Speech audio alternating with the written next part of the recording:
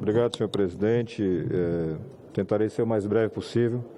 O senador Omar Aziz apontou o encerramento da CPI. Poderia ocupar o tempo aqui para falar sobre isso, mas entendo que precisamos avançar, senador Rodrigo, meus colegas senadores e senadoras.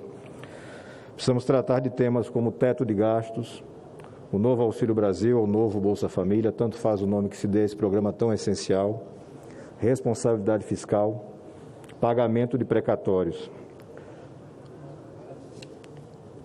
A PEC 23, que está em discussão na Câmara dos Deputados, ao ser encaminhada pelo senhor ministro Paulo Guedes, veio com a seguinte observação: um meteoro atingirá as finanças públicas brasileiras e são necessárias drásticas medidas.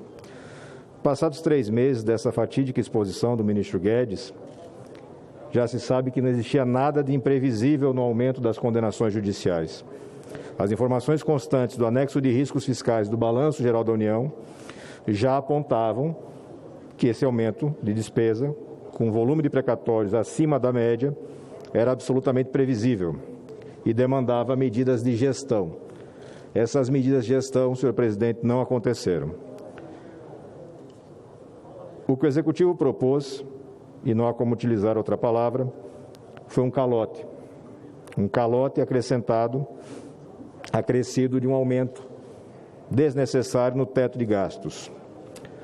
A Comissão Especial da Câmara dos Deputados, da mesma forma, apresenta alterações que podem ser resumidas como calote e elevação desnecessária do teto de gastos, com as consequências que nós já conhecemos.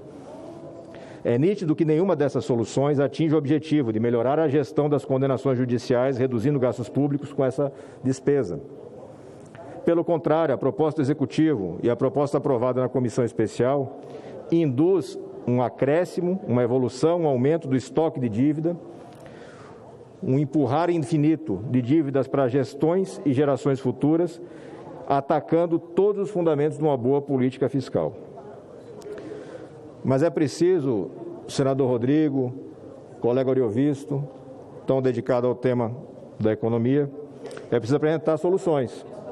De fato, nós temos 3 problemas postos na mesa: um volume de precatórios acima da média, uma necessidade também grave de ampliar o atendimento aos mais necessitados e os limites, a âncora fiscal, que garante estabilidade econômica, a redução de juros e tudo aquilo que já experimentamos durante um curto espaço de tempo na história do Brasil. O que apresentamos é uma proposta para incentivar a gestão dos litígios judiciais de forma efetiva, excluindo-se do teto de gastos os montantes pagos em razão de acordos terminativos de litígio ou de acordos em que o precatório sirva de moeda ao pagamento de dívidas para com a União.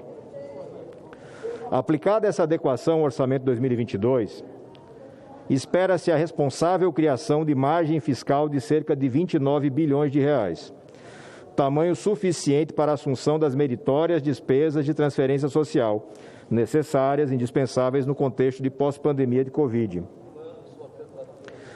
O que temos hoje, o mecanismo do teto de gastos, como hoje está posto, constitui perverso estímulo à boa condução dos processos judiciais.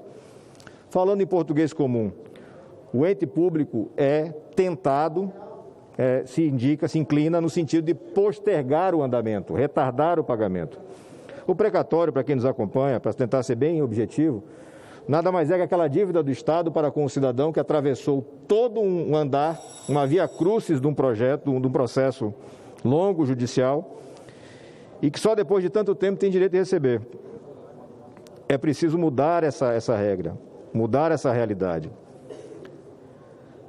garantindo que esses acordos que permitam a redução da litigiosidade, aumentem a eficiência do Poder Judiciário, garantindo também que o precatório sirva de moeda ao pagamento e garantia de dívidas tributárias, contratuais, extracontratuais, que serão contraídas em razão da venda de imóveis ou direitos federais. Isso tudo deve justificar a exclusão do montante desembolsado pela União do mecanismo do teto de gastos, que, repito, ainda se mostra indispensável.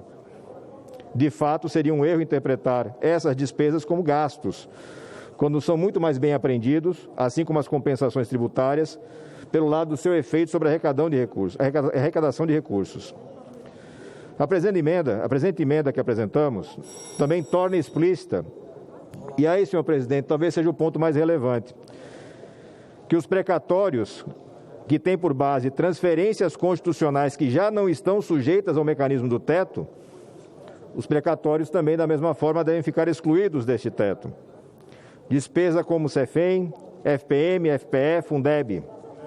Despesas financeiras não primárias, pagamento de precatórios parcelados na forma do parágrafo 20 do artigo 100 da Constituição, também, da mesma forma, devem ficar excluídos do teto.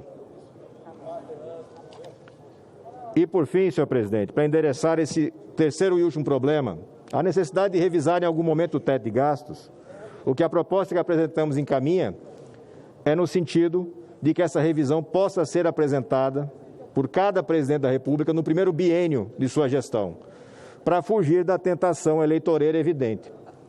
Hoje, o que nós temos, senhor presidente, colegas senadores e senadoras, é mais uma tentativa de manipulação do orçamento público brasileiro em benefício de privilégios e vantagens que podem resultar em corrupção, em desejos eleitoreiros. É prejuízo para o Brasil. O mercado já sinalizou, a taxa de juros de longo prazo já sinalizou, precisamos enfrentar isso. Nesse sentido, senhores e senhoras, peço o apoiamento para que possamos discutir essa matéria de forma adequada na Casa da Federação, que é o Senado da República. Obrigado, senhor presidente. Obrigado, senador.